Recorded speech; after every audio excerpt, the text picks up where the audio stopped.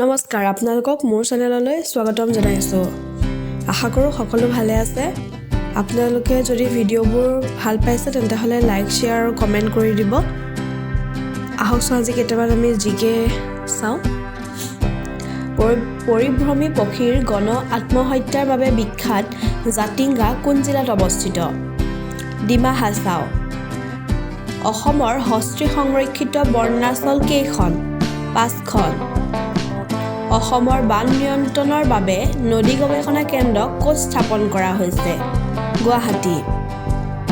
কাজিৰঙা ৰাষ্ট্ৰীয় উদ্যান কোনটো পৰিৱেশ মণ্ডলৰ অন্তৰ্গত ইণ্ডোমালয় পৰিৱেশ মণ্ডল অসমৰ মাটি ঘাইকৈ কেইটা ভাগত ভাগ কৰিব পাৰি 5টা ভাগত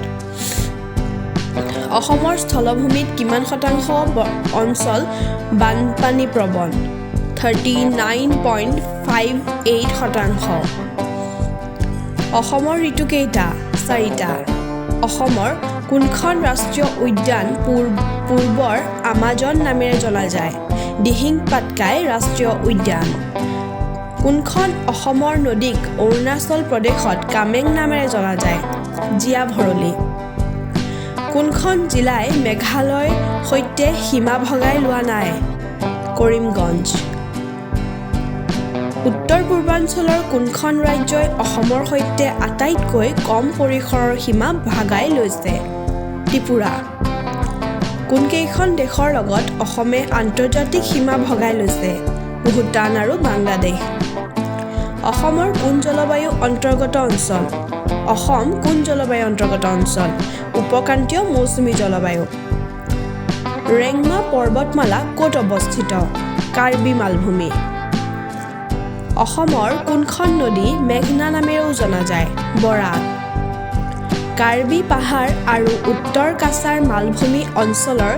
শৃংগ দুটাৰ নাম কি ডাম্বুকচু আৰু সিংহাসন অসমৰ সৰ্বোচ্চ শৃংগটোৰ নাম কি লাইকে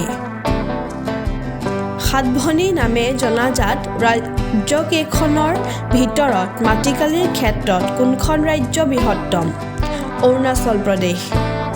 অসমৰ ভূ-প্ৰাকৃতিক বিভাগ কেইটা 4টা সমুদ্ৰ পৃষ্ঠৰ পৰা অসমৰ উচ্চতা কিমান প্ৰায় 79.5 মিটাৰ ৰাজ্যখনৰ উত্তৰ-পশ্চিম দিশৰ এক অতি ঠেক ভূখণ্ডৰ জৰিয়তে অসম ভৌগোলিকভাৱে উত্তৰ বংগ তথা দেশৰ আন অংশৰ সৈতে সংলগ্ন এই অংশ প্ৰধানকৈ কি নামেৰে জনা যায় চিকেন নেক ভাৰতৰ মুঠ মাটিকালি কিমান অংশ অসমে আগুৰি আছে 2.39 শতাংশ অসমৰ চাৰিসীমা কিহৰ ভিত্তিত নিৰূপণ কৰা হৈছে